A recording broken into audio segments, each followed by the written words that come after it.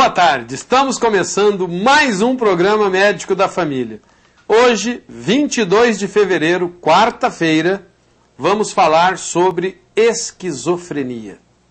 Exatamente, um tema que está em voga, muitas cartas e e-mails pedindo este tema. Recentemente, uma pessoa amiga, num churrasco lá da Igreja São Sebastião, me pediu para falar disso também. As pessoas estão preocupadas porque tem muito disse-me-disse. Vamos tirar todas as dúvidas, o que é mito, o que é verdade. O programa de hoje realmente é imperdível.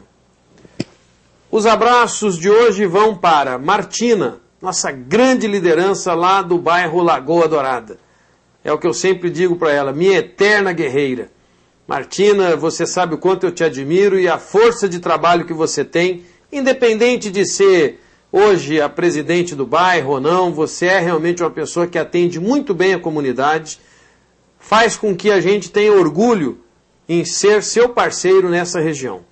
Abraço também para Madalena Souza da Silva, moradora do bairro Jardim Noroeste.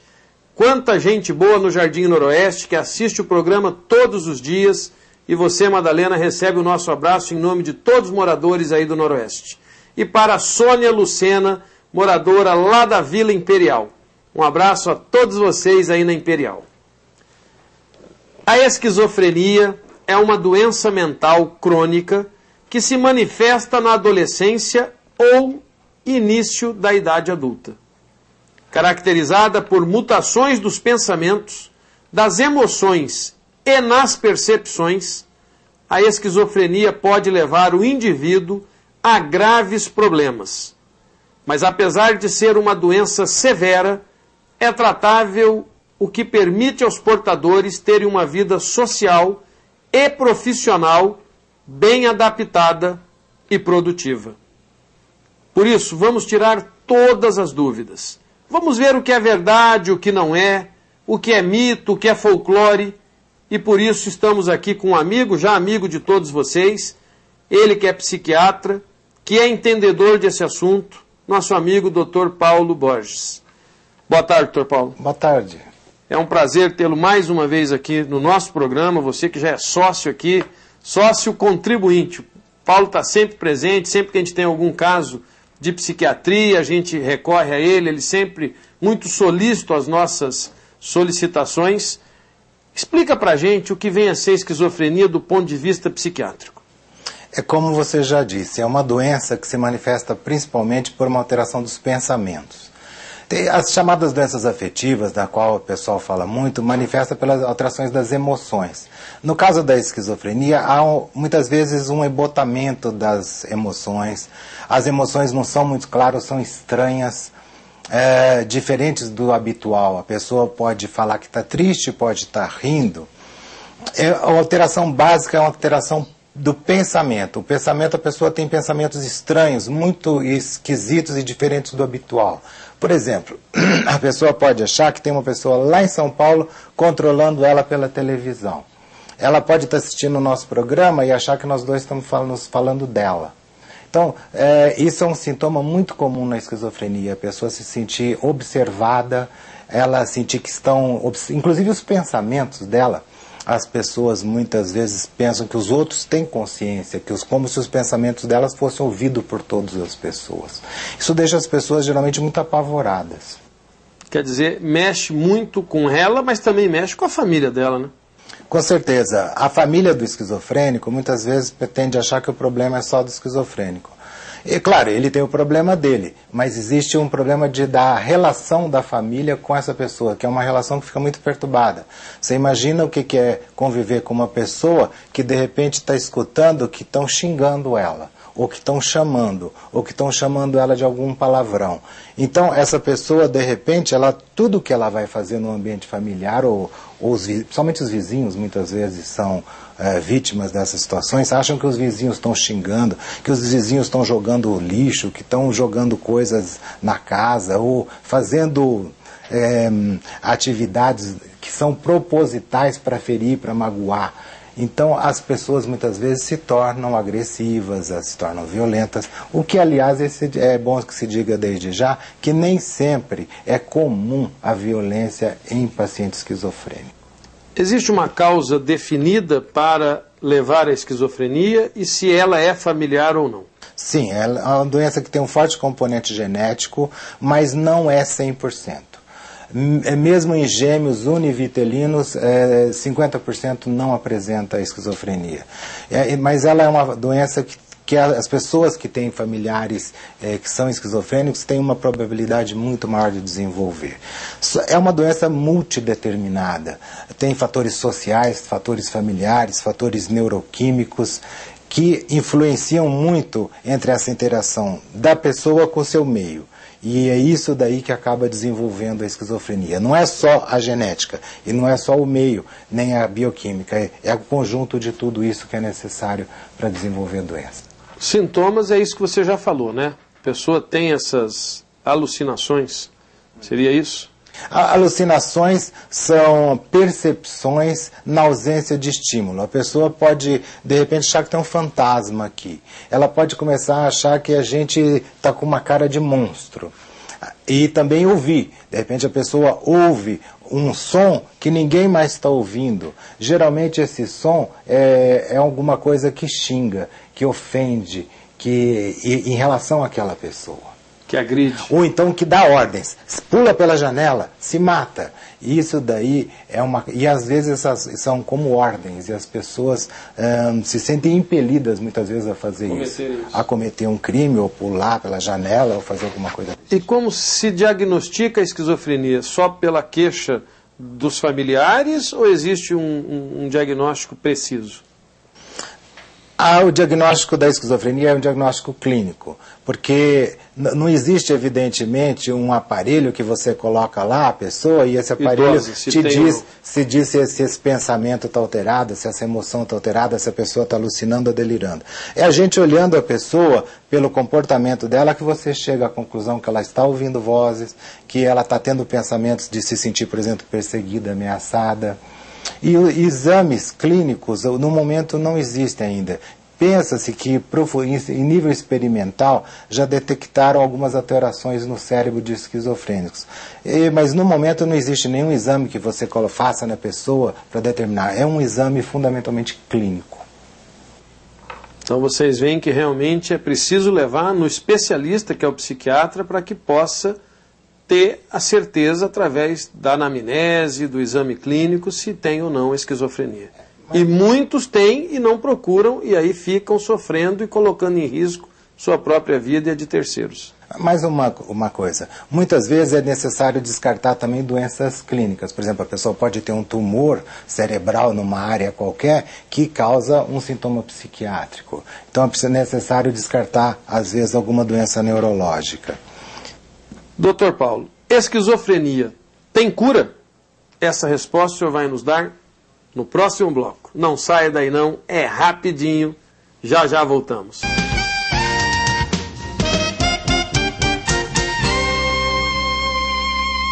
Estamos de volta com o programa Médico da Família. O tema hoje, esquizofrenia. Está na moda, muita gente perguntando, querendo saber, estamos tirando todas as dúvidas hoje. Estamos aqui com um amigo nosso, Dr. Paulo Borges, psiquiatra e psicanalista. Você sabe o quanto é importante esclarecermos para não termos dúvidas. Dr. Paulo, eu lhe perguntei no bloco anterior, esquizofrenia tem cura? Tem tratamento.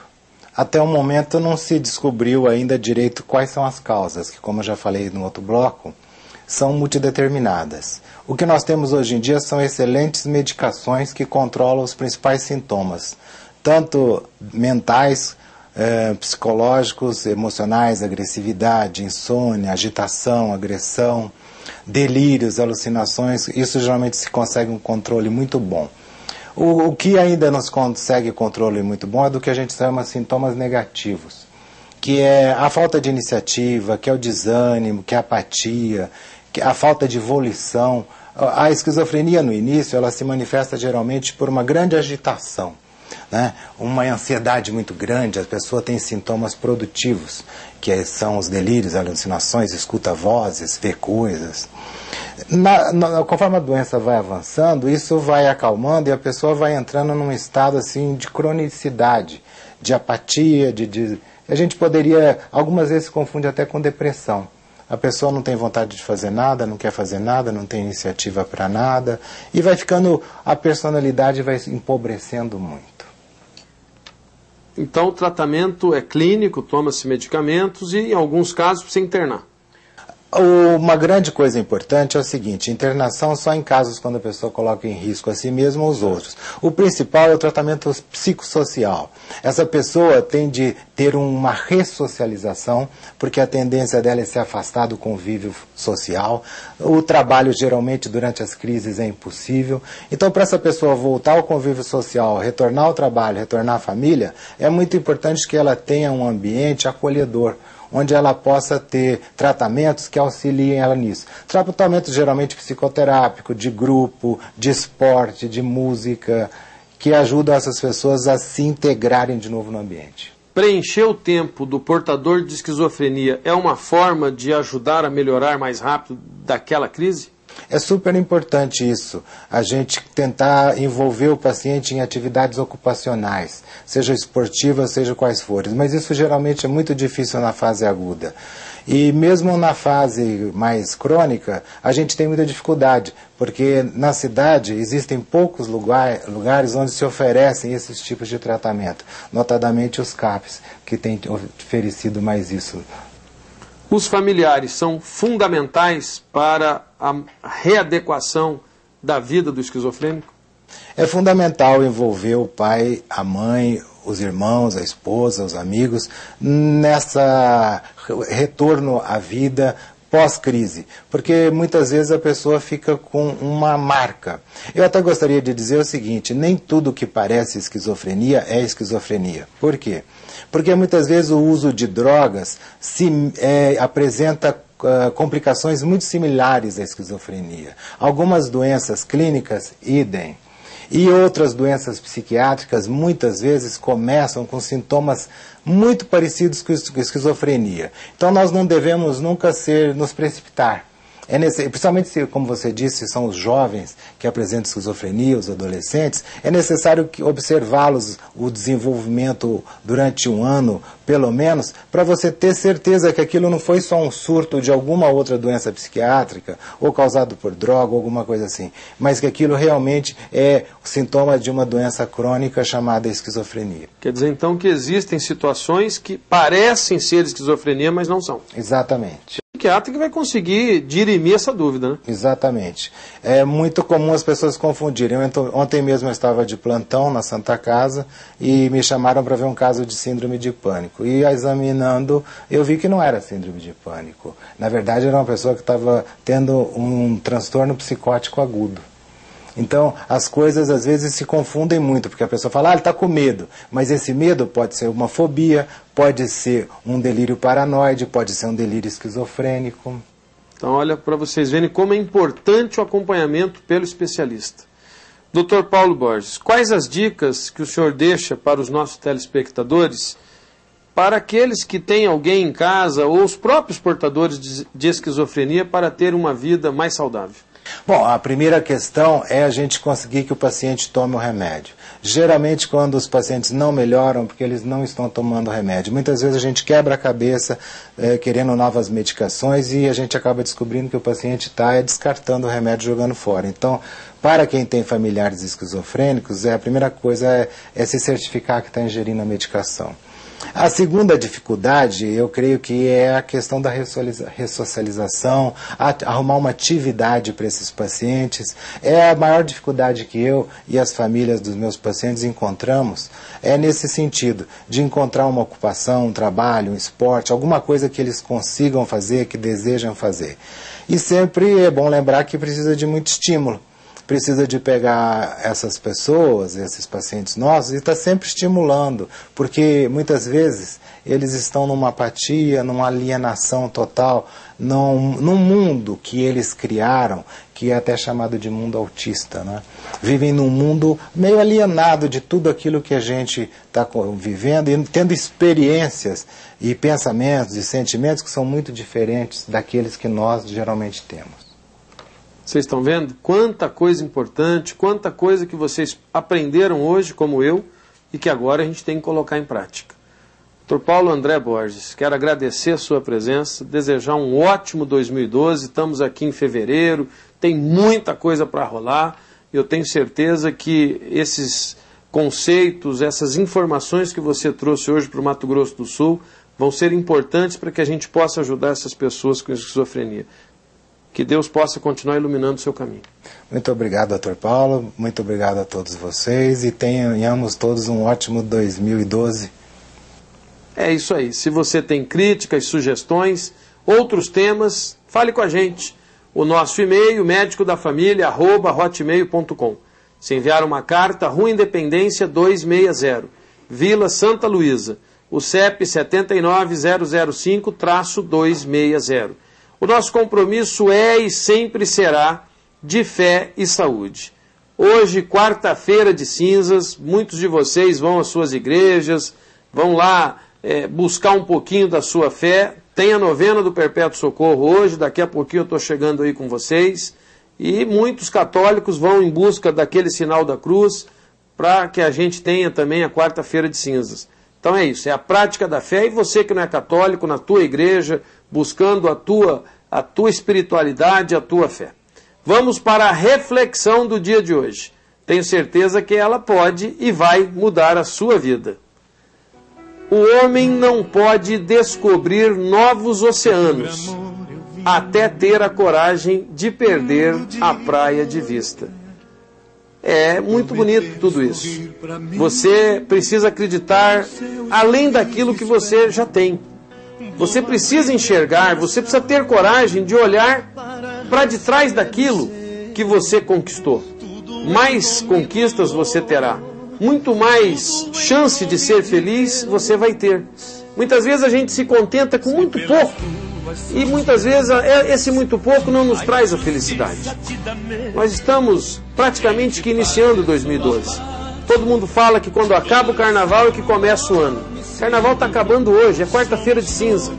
Vamos recomeçar. Vamos parar hoje e falar, daqui para frente eu vou descobrir sim novos oceanos. Eu vou chegar onde a praia não me faz chegar. Eu vou ter coragem. A coragem aliada à fé te faz chegar em locais muitas vezes não navegáveis. Depende muito do que você deseja. Depende muito do que você acredita. Depende muito daquilo que você almeja para a tua vida. Eu vou desejar para você muita paz, muita harmonia, muito sucesso, muita conquista, para que você possa sim descobrir novos oceanos, para que você possa descobrir novas etapas na tua vida, para que você possa ultrapassar os obstáculos, com a coragem de um vencedor, com a coragem de um cristão, que a nossa arma é a fé. Com ela, nada é impossível. Mude de vida, acredite em você mesmo e peça a Deus a proteção divina. No próximo programa vamos falar sobre osteopatia. Tenham todos um excelente fim de tarde, uma maravilhosa noite. E vamos pedir hoje, já que a folia acabou, que os anjos de Deus possam aparecer em nossas vidas, nos proteger e proteger as nossas famílias. Fiquem com Deus. Até amanhã.